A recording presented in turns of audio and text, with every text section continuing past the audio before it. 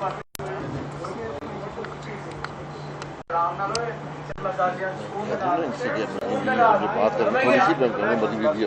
थोड़ी बात कर लें, वो भी अच्छा।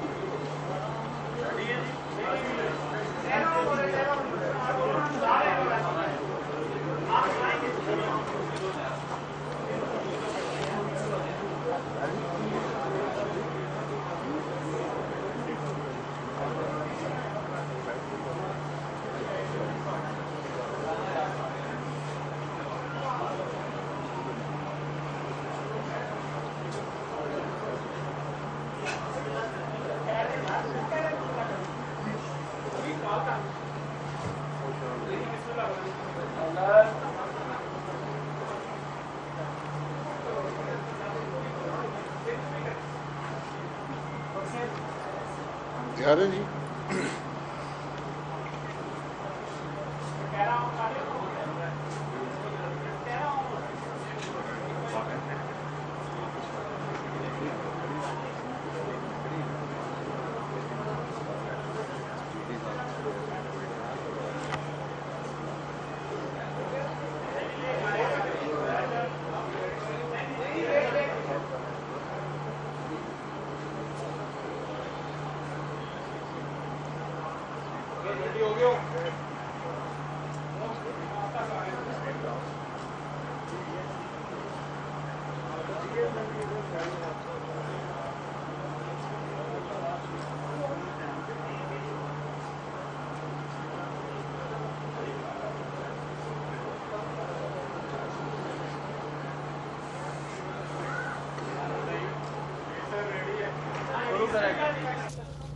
रेडी जी।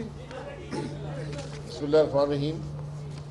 आज मुस्लिम लीग की मरकज़ी क़यादत का एक इजलास यहाँ मुनक्कद हुआ जो 6 घंटे से ज़ायद जारी रहा।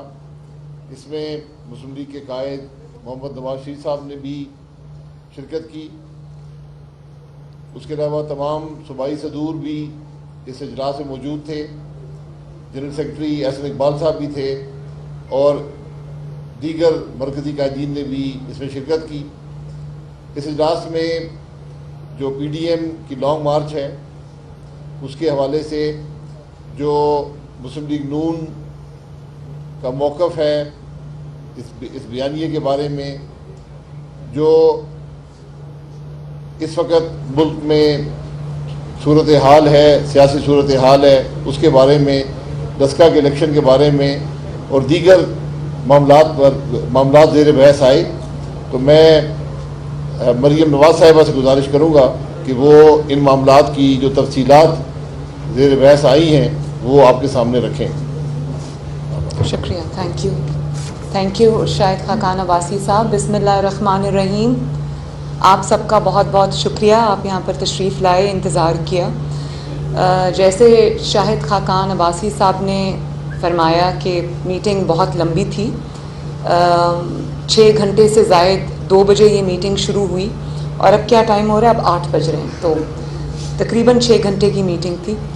और मियाँ नवाज शरीफ साहब लंदन से इसको मीटिंग को हेड कर रहे थे, चेयर कर रहे थे। हमज़ा शहबाज शरीफ साहब और पंजाब के दीगर क़यादत, क्योंकि आज बिलावल साहब को हमज़ा के साथ उनका मीटिंग थी तो वो नहीं आ सके, तो राना सनाउल्लाह साहब, हमज़ा साहब और पंजाब की दीगर क़यादत जो थी वो उन्होंने बिलावल साहब की मीटिंग को ख़त्म होने के बाद हमें ऑनलाइन ज्वाइन किया यहाँ पर जूम पे। इसके अलावा पार्टी की सारी जो तमाम सीनियर क़यादत थी वो या यहाँ पर फिज़िकली मौजूद थी या जूम पे उन्होंने हमें ज्वाइन किया। तो जैसे कि शाहिद खाकान अब्बासी साहब ने कहा कि इसमें बहुत इम्पॉर्टेंट चीज़ों पर डिस्कशन हुई, जिसमें सबसे पहले तो लॉन्ग मार्च पे डिस्कशन हुई, डस्का के बाई इलेक्शन पे डिस्कशन हुई और जो कराची में एक सीट वेकेंट हुई है NA 249, उस पे बाई इलेक्शन के ऊपर डिस्कशन हुई, उसके कैंडिडेट पे डिस्कशन हुई, और इसके अलावा और कुछ मैं मिस आउट तो नहीं कर रही जिस पे हुई? जी, डस्का पे हुई। इसके अलावा जो कल पार्टी के लीडरान के साथ, शाहिद खाकान अब्बासी साहब के साथ, एहसन इकबाल साहब के साथ, मरियम औरंगज़ेब साहिबा के साथ, मिफ्ता इस्माइल साहब के साथ, मुर्तज़ा जावेद अब्बासी साहब के साथ, खुरम दस्तगीर साहब के साथ और मुसद्दिक मलिक साहब के साथ जो कल तूफ़ान बदतमीज़ी उठाया गया मीडिया के कैमरास के सामने, उस पे बहुत गुस्से का भी पार्टी के अंदर इजहार किया गया और उस पे भी बात हुई और पार्टी उसको लाइन डाउन नहीं लेगी।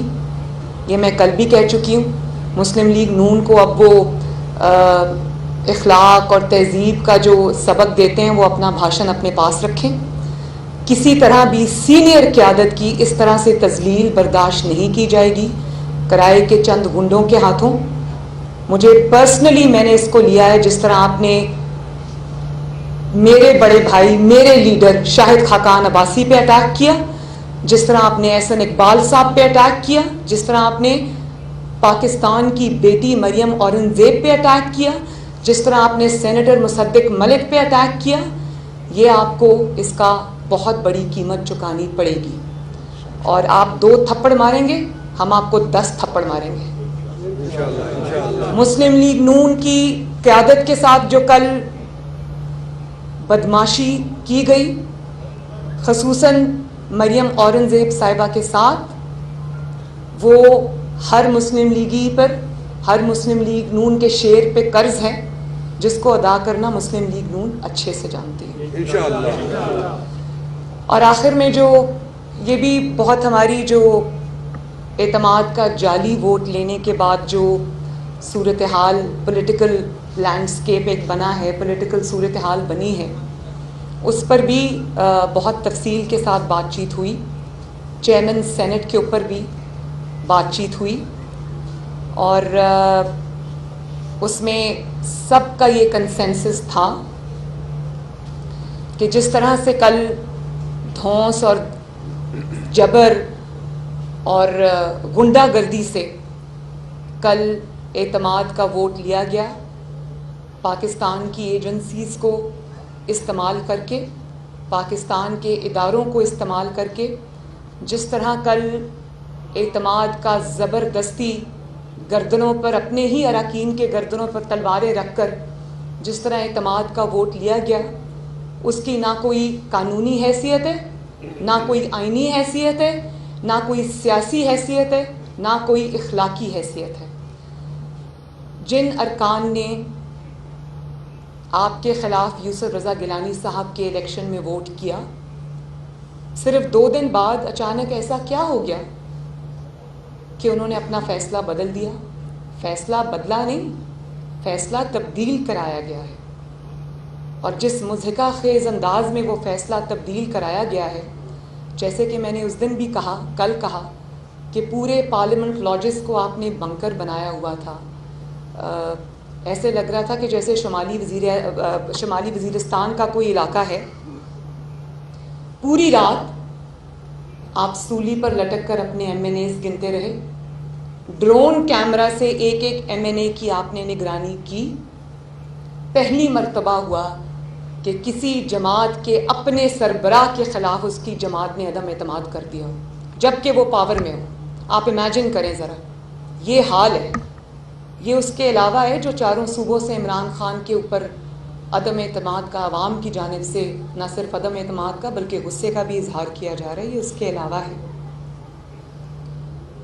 और जिस तरह से इसमें एजेंसीज़ को इन्वॉल्व किया गया, जिस तरह उनकी मदद ली गई, जिस तरह उन्होंने अरकान को गायब किया, मैं आपको ये बताऊं कि ये हमारे ज़ाती इल्म में आया है। इनके MNAs हमसे इन टच हैं। ये हमारे ज़ाती इल्म में आया है कि 2 MNAs को जो राज़ी नहीं हो रहे थे आखिरी वक्त तक इनको वोट देने पर, उनको गोलड़ा के एक इदारे के कंपाउंड में ले जाया गया। वहाँ पर 4 घंटे एक कंटेनर के अंदर बंद रखा गया और उनको मजबूर किया गया एजेंसीज़ के लोगों के हाथों कि वो इमरान खान को वोट दें। तो मुझे ये बताएं कि इसको तो किसी इतनी शर्मनाक शिकस्त के बाद, ये सिर्फ शिकस्त नहीं है बल्कि आपने पाकिस्तान की एजेंसीज़ को आपने जिस तरह इस्तेमाल किया, जिस तरह आपने पाकिस्तान की खुफिया एजेंसीज़ को अपने लिए इस्तेमाल किया, ये बहुत काबिल शर्म बात है। क्या एजेंसीज़ पाकिस्तान में इसीलिए रह गई हैं? क्या यही उनका रोल होगा कि जिस शख्स को आवाम धुतकार रही है, जो आवाम का मुजरिम है, जिसने उनकी ज़िंदगी अजीरन बना दी है, आप उस शख्स को बचाने के लिए आप अपने इदारे को सियासत में झोंकते हैं?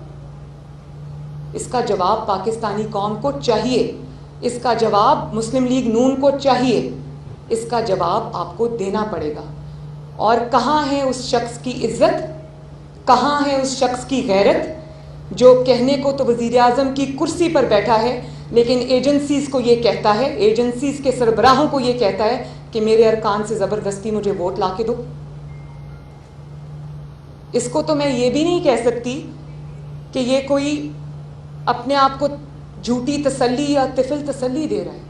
वो अपने आप को तिफिल तसल्ली भी नहीं दे सकता, इसलिए नहीं दे सकता कि उसको ये पता है कि उसने किस तरह ये एतमाद का वोट लिया है। उसको ये पता है कि अगर वो अपने ओन पे होता तो उसको कोई वोट ना पड़ता। उसको ये पता है कि अगर एजेंसीज उसकी हेल्प ना करती और एजेंसीज के किरदार उसके हेल्प ना करते तो वह बुरी तरह नाकाम होता। लेकिन एक हारे हुए शख्स को, एक नालायक और नाअहल शख्स को, कौम के मुजरिम को बचाना, इसका जवाब आपको कौम को देना पड़ेगा और इसका जवाब कौम मांगेगी।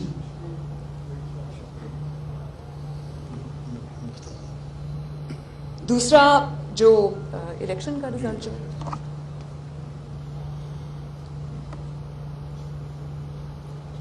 जो एतमाद का वोट एजेंसीज को इस्तेमाल करके,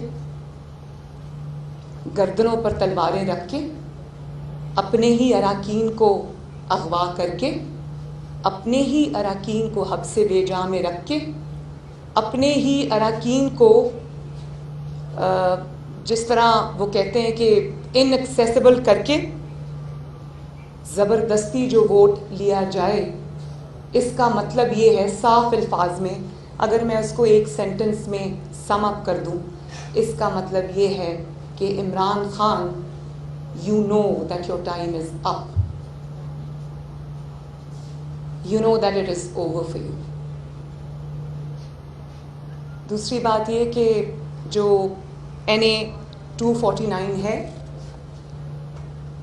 मुस्लिम लीग नून के पार्लियामेंट्री पार्टी के अरकान भी मौजूद थे और सबकी राय में जब ये सब ने अपनी अपनी राय दी, उसमें सबका कंसेंसस मिफ्ता इस्माइल साहब पे था और कायदे पाकिस्तान मुस्लिम लीग नून ने मोहम्मद नवाज शरीफ से साहब ने मिफ्ता इस्माइल साहब को NA 249 में पाकिस्तान मुस्लिम लीग नून का कैंडिडेट अनाउंस किया।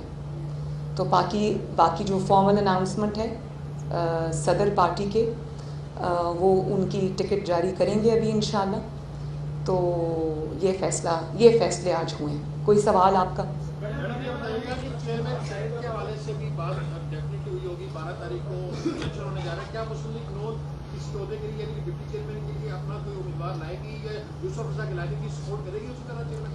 जी बिल्कुल, इस पे बहुत लेंथी डिस्कशन हुई है। हमारी पार्टी का अपना एक मौक़िफ़ है और वो इंशाअल्लाह ताला कल PDM के जो मीटिंग है उसमें अनाउंस होगा सबके कंसेंसस के साथ।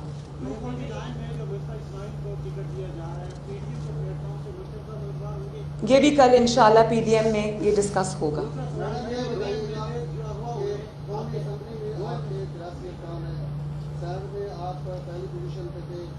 उसके बाद जब से पीपल्स पार्टी के साथ आपका इत्तेहाद हुआ है, आप मुसलसल मुस्लिम लीग नून जो है वो पीछे जा रही है, पीपल्स पार्टी उसके ऊपर आ रही है। आप क्या समझते हैं? बिल्कुल मुस्लिम लीग नून रेट देगी पीपल्स पार्टी के आगे?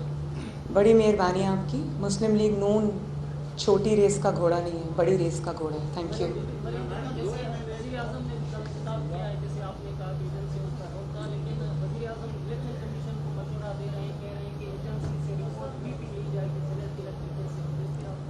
उनको सवाई एजेंसीज के कोई बात की ना समझ आती है, ना वो एजेंसीज से ऊपर या आगे निकल कर कुछ सोच सकते हैं। उनके सारे काम एजेंसीज करती हैं, वो एजेंसीज की ही बलबूते पे आज तक यहाँ बैठे हुए हैं। और इलेक्शन कमीशन के बारे में जो बदतमीज़ी इन्होंने कल की, मुझे तो वो वक्त याद आ गया जब हमें भाषण दिया करते थे इदारों पे तनकीद का। आपने शायद कल वो प्लैकार्ड्स नहीं देखे जो इनके गुंडों ने और बदमाशों ने उठाए हुए थे उस अहाते में। उसमें इलेक्शन कमिश्नर को नेकेड गालियां लिखी हुई थी। तो अवाम इनका चेहरा देखे। हमने अगर कभी कोई बात की है वो हमने फैसलों पर माने, लेकिन तनकीद की वो हमारा हक है। इदारों पर तनकीद नहीं की, किरदारों पर तनकीद की है और एक डिसेंसी के बाउंड्स में रहकर, प्रॉपरिटी के बाउंड्स में रहकर हमने तनकीद की है। लेकिन अब आपको पता चला है कि बदतमीज़ किसको कहते हैं, माफिया किसको कहते हैं, सिसिलियन माफिया किसको कहते हैं और गुंडागर्दी किसको कहते हैं। प्लैकार्ड्स पे ईसीपी के चेयरमैन के ऊपर गालियां लिखी हुई थी। तो क्या अब बाकी इदारों को ये नज़र नहीं आ रहा? और दूसरी बात आपने जब की एजेंसीज की इन्वॉल्वमेंट की कल के इलेक्शन में, तो ये बात मैं आपको बता दूं, आप इसको मजाक समझे हैं तो ये ऑन अ लाइटर नोट, लेकिन इसकी जो इम्प्लिकेशंस हैं वो काफ़ी हैं। कि एक आप ये देखें कि जो ले पालक बेटा है एजेंसीज का, जिसको औलाद कहते हैं, बेटा जो है, जो बेटा बचाओ मुहिम हमने कल देखी, उसके लिए मैदान खाली था, वो अकेला ही दौड़ा था, अकेला दौड़ रहा था, रेस में अकेला ही खिलाड़ी था, फिर भी वो नहीं जीत सका, फिर भी उसको सिलेक्टर्स के कंधों पे बिठा के जिताया गया। तो जो इंसान अगर खेल के मैदान में अकेला हो, वो तब भी ना जीत सके, तो ऐसे इंसान को तो शर्म से इक़्तिदार छोड़ देना चाहिए। आखिरी क्वेश्चन प्लीज।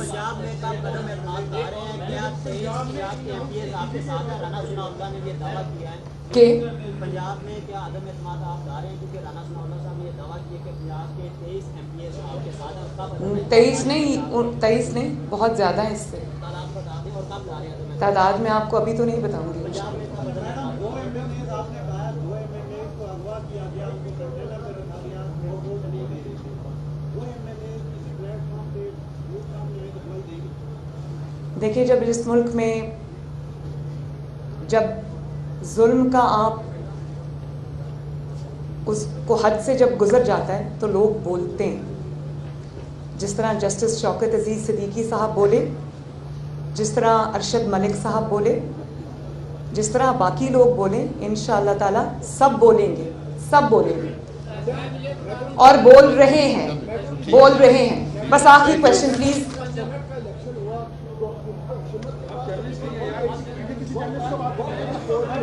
एक सेकेंड, बस हो गया।